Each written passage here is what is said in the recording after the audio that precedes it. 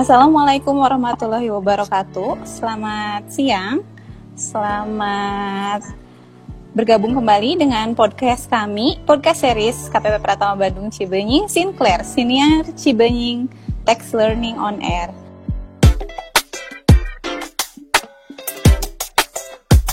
Episode 5 hari ini, izinkan kami menemani istirahat siang kawan pajak semua untuk berbincang-bincang mengenai berbagai hot topik perpajakan di bulan April 2022 ini.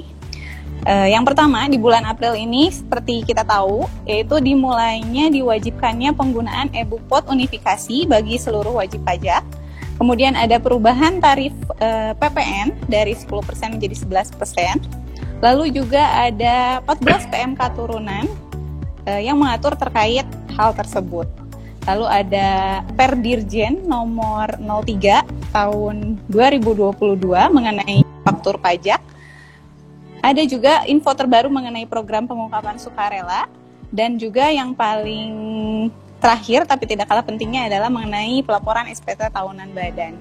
Nah, untuk membahas semua hal tersebut bersama saya, Rosina Dwi Rahadiani, telah bergabung asisten penyuluh pajak dari KPP Pratama Bandung Cibenying, yaitu Mas Erik Rubianto. Selamat siang Mas Erik.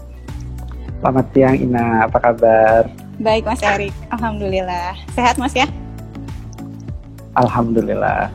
Ya Mas Erik, langsung aja ya kita ke topik yang tadi saya sebutkan. Yang pertama, hot topik kita nih, mungkin yang banyak juga ditanyakan oleh para wajib pajak di helpdesk, baik melalui WA ataupun secara langsung ke loket, yaitu mengenai diwajibkannya e-Bupot unifikasi bagi seluruh wajib pajak.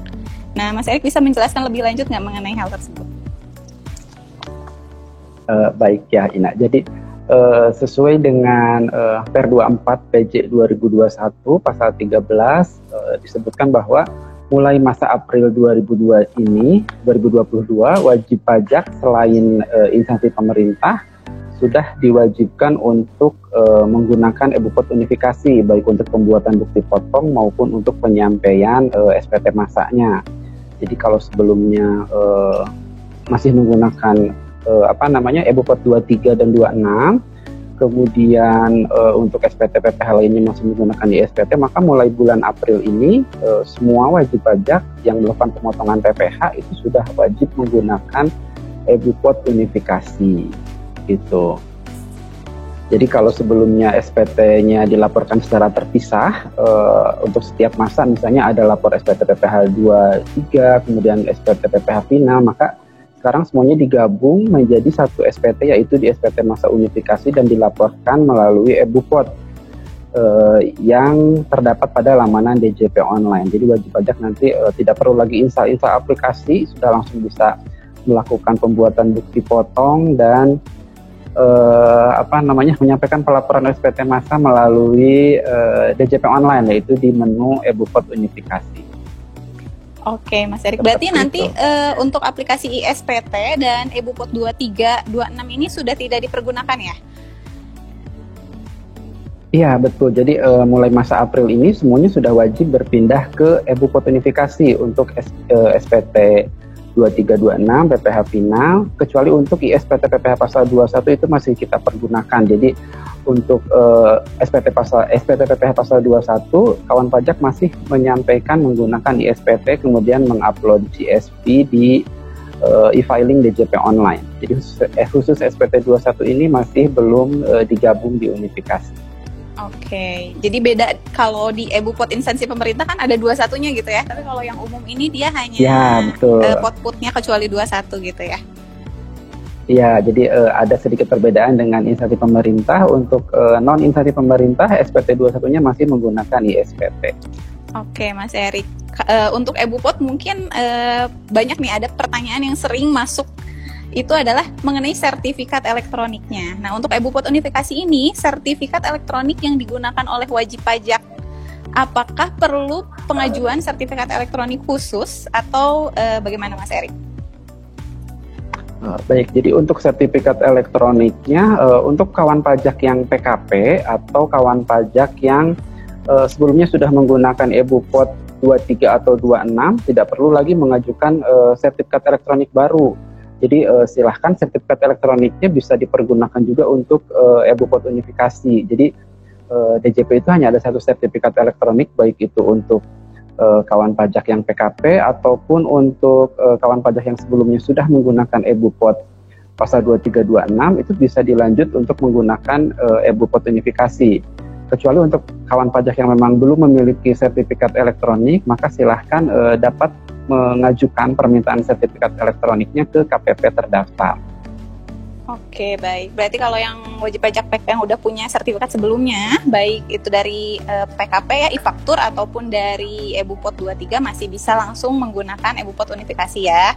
Yang belum punya silakan datang ke KPP terdaftar untuk mendaftarkan sertifikat elektroniknya. Nah, berikutnya Mas Eri, kita udah pindah ke topik yang paling hot ini, yang paling hot topiknya. Itu tentang perubahan tarif PPN ya, dari 10% menjadi 11% mulai 1 April. Nah, ini sesuai dengan amanah dari Undang-Undang Harmonisasi Peraturan Perpajakan. Silakan Mas Eri bisa diceritakan lebih lanjut mengenai topik ini. Iya, jadi di bulan April ini memang banyak sekali update-update dari DJP. Jadi kawan pajak harus stay tune gitu ya, harus selalu mengikuti update-update yang terjadi di DJP ini. Selain unifikasi, ada juga mengenai kenaikan tarif PPN yang sudah sejak lama menggunakan tarif 10%, maka mulai 1 April ini ada kenaikan menjadi 11%. Nah, jadi untuk faktur yang diterbitkan mulai tanggal 1 April dan setelahnya, maka tarifnya akan berubah menjadi 11%. Perubahan ini juga sudah diakomodir di aplikasi yang biasa dipergunakan untuk menerbitkan faktur, yaitu aplikasi e-faktur. Jadi kawan pajak harus mengupdate aplikasinya ke versi 3.2. Jadi untuk kawan pajak yang belum mengupdate aplikasi e-faktur, silakan untuk melakukan update aplikasinya, karena untuk faktur yang diterbitkan di bulan April ini itu tarifnya sudah harus 11%. Jadi kalau kawan pajak tidak melakukan update atas aplikasinya, kemungkinan nanti si aplikasinya ini tidak akan bisa dipergunakan.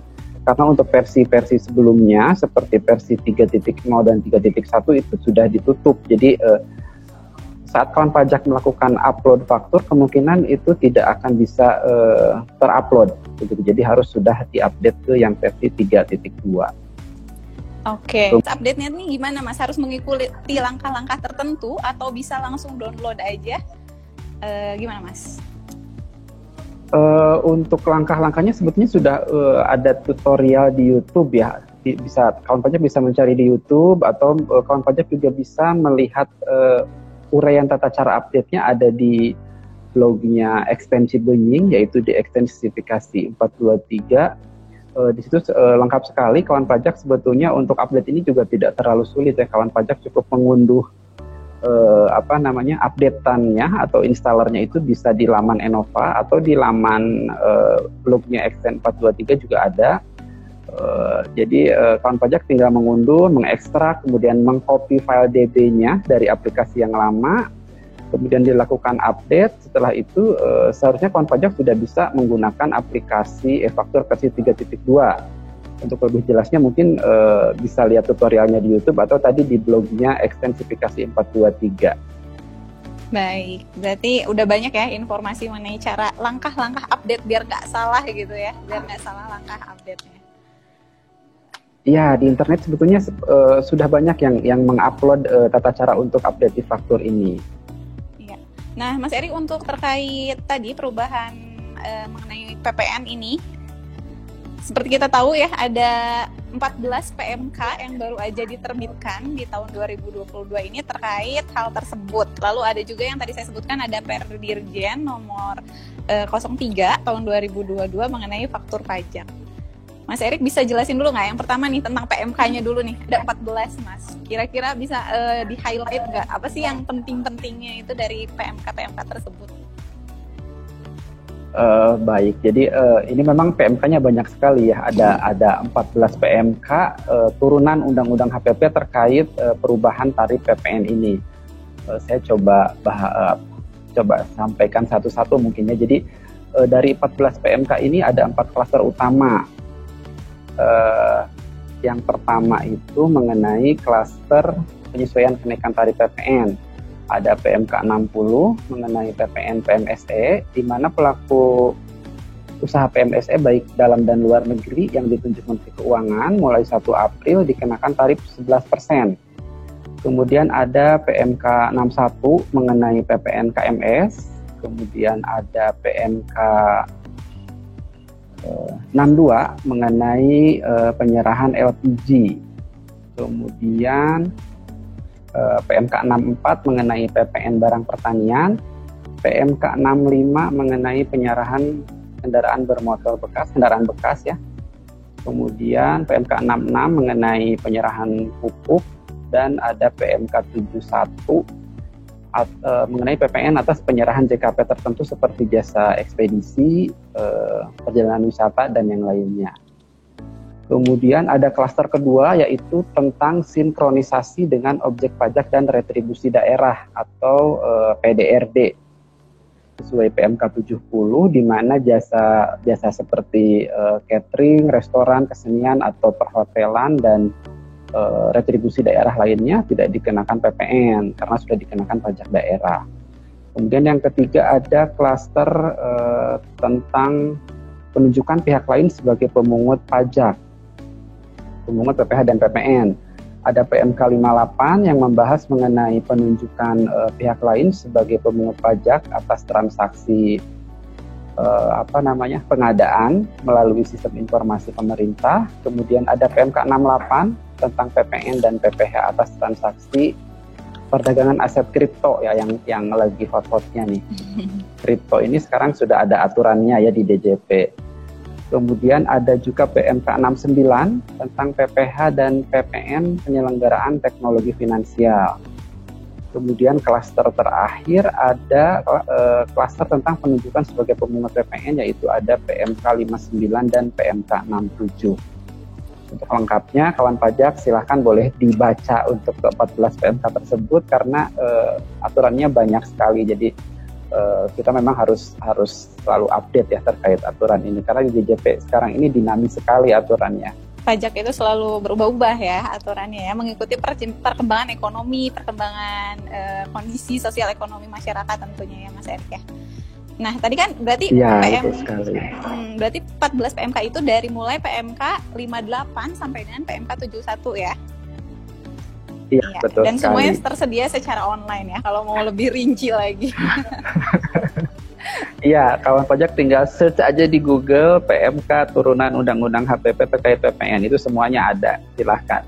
Oke, baik Mas Erik. Nah sekarang kita bahas mengenai Per Dirjen Pajak nomor 03 tahun 2022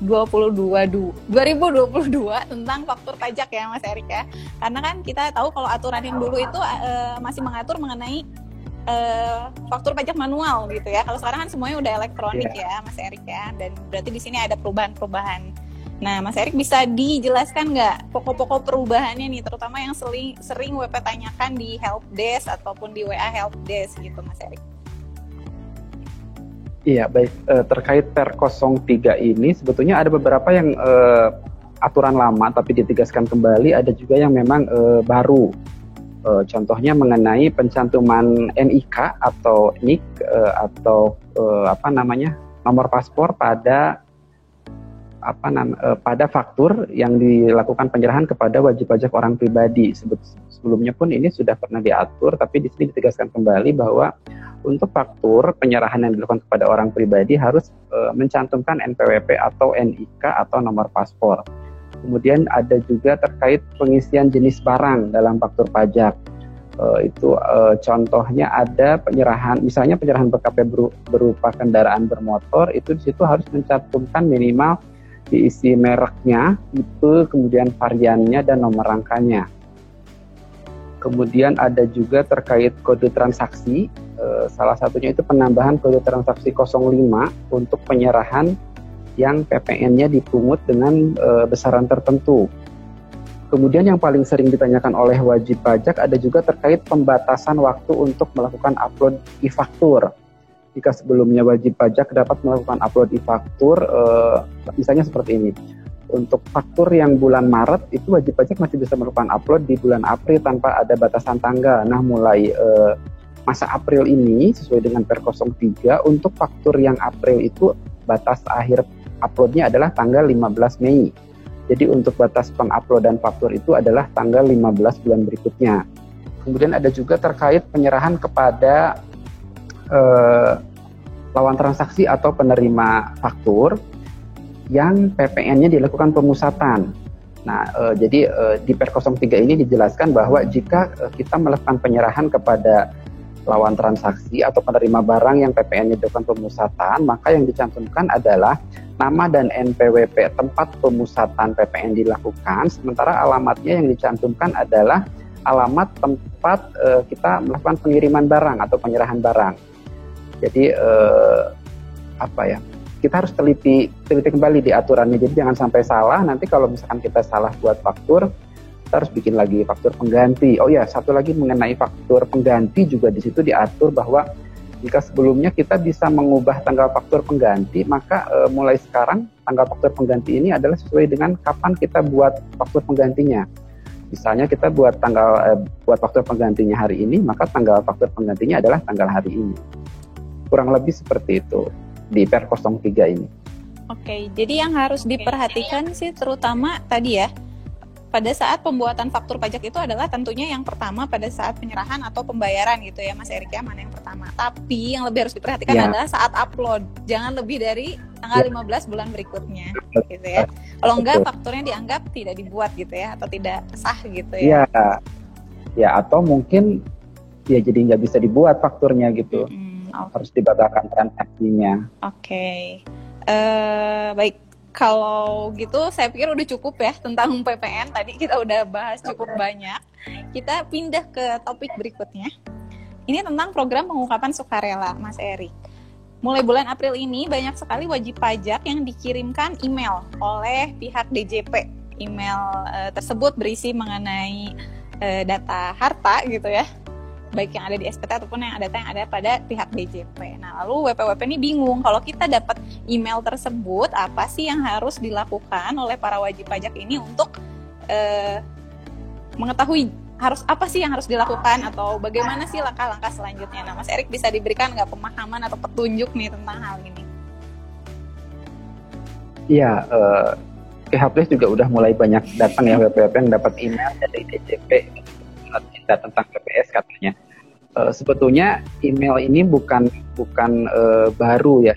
Di awal tahun pun sempat ada email mengenai himbauan untuk ikut serta PPS. Nah, hanya di email yang terakhir dikirimkan ini, di situ ada tercantum detail harta. Jadi untuk kawan pajak yang sudah memiliki NPWP, kemudian mungkin kawan pajak ada yang lupa atau terlewat melaporkan hartanya, maka kemungkinan kawan pajak menerima email dari kami terkait konfirmasi perbedaan antara data yang kawan pajak sampaikan di SPT dan data yang kami miliki. Jadi DJP itu sekarang kan sudah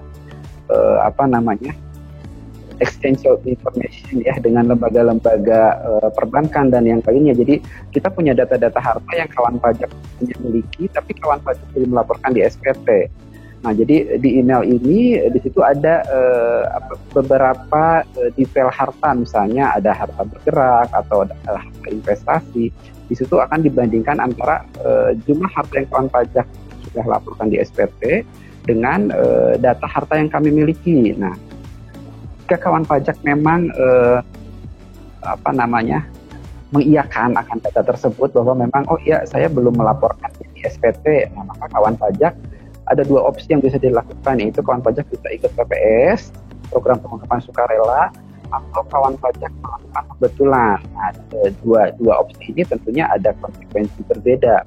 Jika kawan pajak ikut PPS, tentunya kawan pajak harus melakukan pembayaran atau penebusan atas harta yang kawan pajak laporkan di PPS. Dan jika kawan pajak memilih untuk pembetulan, tentunya penghasilan yang kawan pajak laporkan di SPT harus dapat mengcover penambahan harta yang kawan pajak laporkan di SPT-nya. Jadi silahkan kalau kawan pajak masih bingung, kawan pajak boleh menghubungi helpdesk terkait tata caranya atau mengenai tarif, tata cara itu kawan pajak bisa menghubungi helpdesk atau kering pajak 1500-200. Tapi kalau kawan pajak ingin mengklarifikasi terkait detail harta yang tercantum dalam email tersebut, kawan pajak dapat menghubungi petugas yang namanya tercantum ada di email. Itu adalah biasanya AR-nya ya. Jadi di email tersebut disebutkan nama petugasnya siapa. Jadi nanti kawan pajak dipastikan dulu yang ingin kawan pajak tanyakan apa.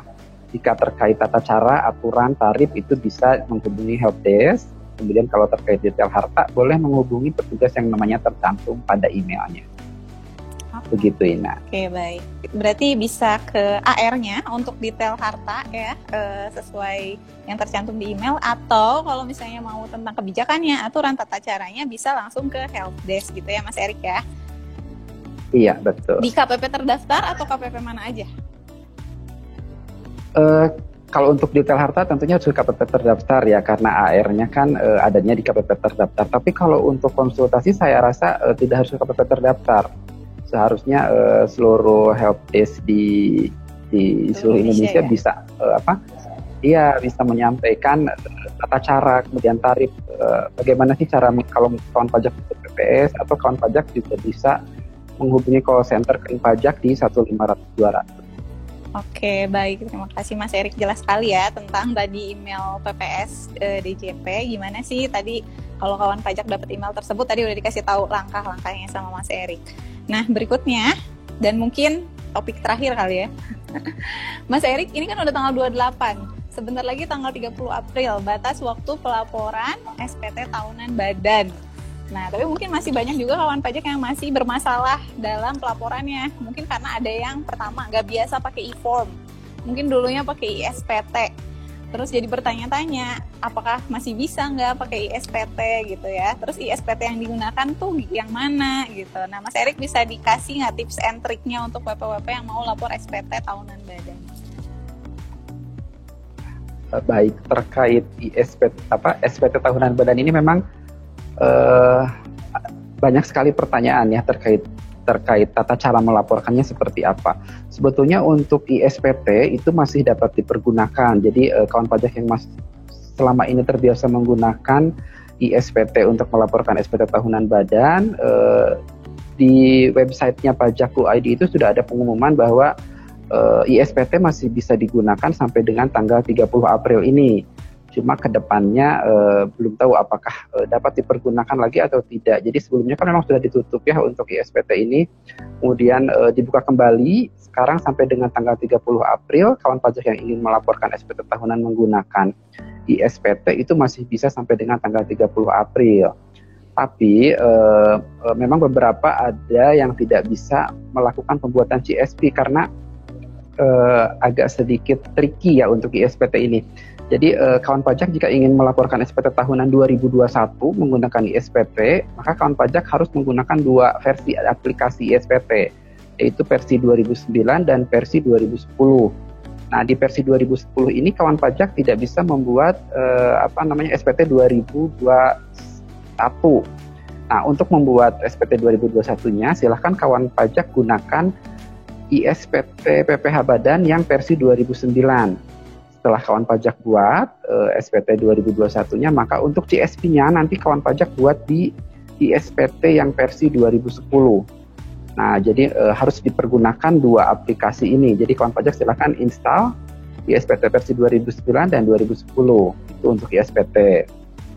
Kemudian satu lagi untuk e-form, karena kemungkinan kita akan beralih ke e-form ke depannya. Jadi ISPT ini kemarin sudah sempat ditutup, kemudian dibuka kembali karena mungkin banyaknya permintaan dari wajib pajak yang masih ingin menggunakan ISPT, padahal tadinya akan diarahkan menggunakan e-form gitu. Untuk e-form sendiri ada beberapa pertanyaan dari wajib pajak terkait e-form ini, yaitu diantaranya adalah saya sudah download e-formnya tapi saya tidak bisa buka filenya. Nah, karena untuk e-form ini hanya bisa dibuka menggunakan Adobe PDF Reader yang versi 32 bit. Jadi untuk kawan pajak yang laptop atau komputernya 64 bit itu silahkan untuk mengunduh dan menginstal Adobe PDF yang 32 bit.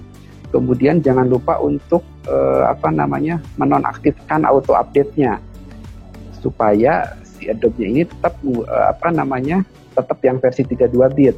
Karena kalau auto update-nya tidak dimatikan, itu dia biasanya akan mengupdate sendiri dan berubah ke 64 bit dan tidak bisa digunakan untuk membuka file e-form tadi yang hanya bisa dibuka menggunakan Adobe PDF yang versi 32 bit. Seperti itu mungkin. Kalau secara gambaran mungkin agak bingung ya, tapi kalau untuk kawan pajak yang sudah mencoba, saya rasa udah ngerti lah ya. Banyak yang berhasil. Gitu. Pokoknya intinya Adobe-nya tuh harus 32 bit gitu ya, dan dimatiin auto update-nya gitu. Oh ya, terus mungkin untuk file e-form yang karena saya udah nyobain nih ngisi SPT Badan, jadi file e-form yang udah diunduh tuh harus dibukanya tuh harus melalui file explorer ya, Mas Erik ya? Ya betul, jadi banyak kawan pajak yang membuka file e-form dengan cara double klik itu banyak yang tidak berhasil. Jadi untuk membukanya silahkan melalui file explorer, diklik di file e-formnya, kemudian klik kanan, pilih open with Adobe PDF. Biasanya kalau yang di double klik itu dia kebukanya jadi ke browser dan tidak bisa dilakukan update untuk si e-formnya ini, tidak bisa diisi gitu. Jadi tadi betul kata Ina harus melalui file explorer, klik kanan. Ya, klik kanan, kemudian open with Adobe PDF Reader. Oke. Nah, terus kalau misalnya tentang hal-hal lainnya nih yang WP hadapi, ada lagi nggak Mas Erik kira-kira ketika yang sering ditanya ini, saya sulit apa lagi nih gitu ketika lapor SPT tahunan? Terkait e-form, ada juga mungkin kawan pajak yang kesulitan pada saat melakukan submit ya. Jadi ada beberapa hal yang harus kawan pajak perhatikan pada saat pengisian e-form ini. Di antaranya adalah kawan pajak pastikan sudah diisi semuanya, tidak ada lagi kolom berwarna merah di e-form itu.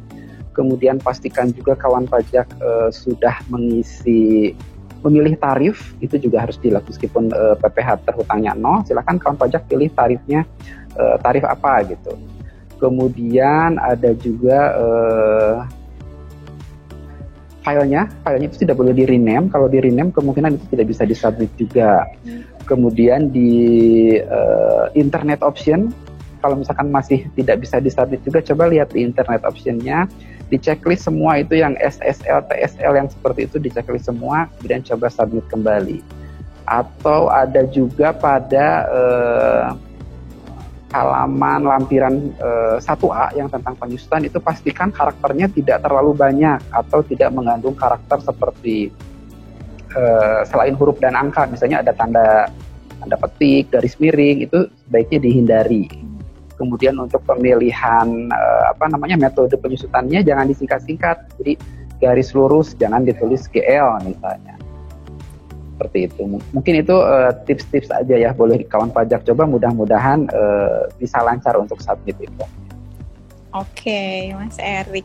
Nah, untuk pelayanan tatap muka sendiri terkait semua hal perpajakan ya, terutama yang SPT tahunan itu berakhirnya untuk bulan April ini, hari ini ya Mas Erik ya, di tanggal 28 Maret. Ya. 28 April. Ya, hari terakhir layanan tatap muka, tapi kawan pajak jangan khawatir, kami masih menyediakan layanan online yaitu WhatsApp. Jadi kawan pajak yang masih memerlukan bantuan atau penjelasan terkait pelaporan SPT tahunan, silahkan kawan pajak bisa menghubungi layanan WhatsApp KPP Cibenying, di klik Cibenying atau ke WhatsApp Helpdesk. Kami buka pada hari besok dan hari Sabtu ya, tanggal 29 dan tanggal 30, tapi tentunya pada jam kerja. Jadi untuk kawan pajak yang masih mengalami kesulitan atau masih belum melaporkan, silahkan kami membuka layanan WhatsApp untuk tanggal 29 dan tanggal 30. Oke, jadi walaupun layanan tatap muka berakhir hari ini pada pukul 3 sore, tapi layanan non tatap muka tetap dibuka pada tanggal 29 dan 30 ya Mas Erik ya. Tentunya agar DJP tetap memberikan layanan maksimal kepada para wajib pajak, terutama yang mau melaporkan SPT tahunan badannya ya. Iya, betul sekali. Oke Mas Erik, saya pikir udah cukup nih hot topik kita. Ada closing nggak, kalimat terakhir atau pesan-pesan terakhir buat para wajib pajak yang mungkin Mas Erik ingin sampaikan? Mungkin kepada kawan pajak semuanya agar sering pantau website pajak atau mungkin medsosnya Pajak Cibenying untuk mendapatkan info-info terbaru terkait perpajakan, karena itu tadi di awal tahun 2022 ini banyak sekali update-update yang dilakukan oleh DJP baik terkait aturan, tarif, kemudian aplikasi. Jadi jika kawan pajak tidak mengetahui, nanti mungkin kawan pajak ketinggalan untuk info-info terbarunya dari DJP.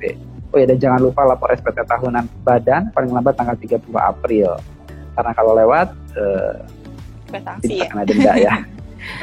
Oke, berarti cukup sekian ya Mas Erik ya. Tadi pesan-pesannya dari Mas Erik, kawan pajak jangan lupa untuk follow sosial media dan juga akun Ditjen Pajak ya, terutama KPP Pratama Bandung Cibenying, untuk Instagram di @pajakcibenying, lalu juga ada akun YouTube kita, lalu ada juga blog yang dikelola oleh pegawai penyuluh KPP Cibenying Mas Heri Prapto ya, blog catatan extend. Di sana kita bisa mendapatkan seluruh informasi perpajakan terbaru, update-update baik aturan, aplikasi, ataupun hal-hal lainnya terkait perpajakan.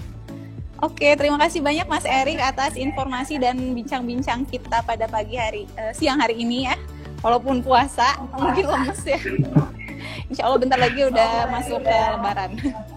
Ya, terima kasih kawan pajak. Minal aizin wal faizin, mohon maaf lahir batin. Selamat siang. Selamat siang.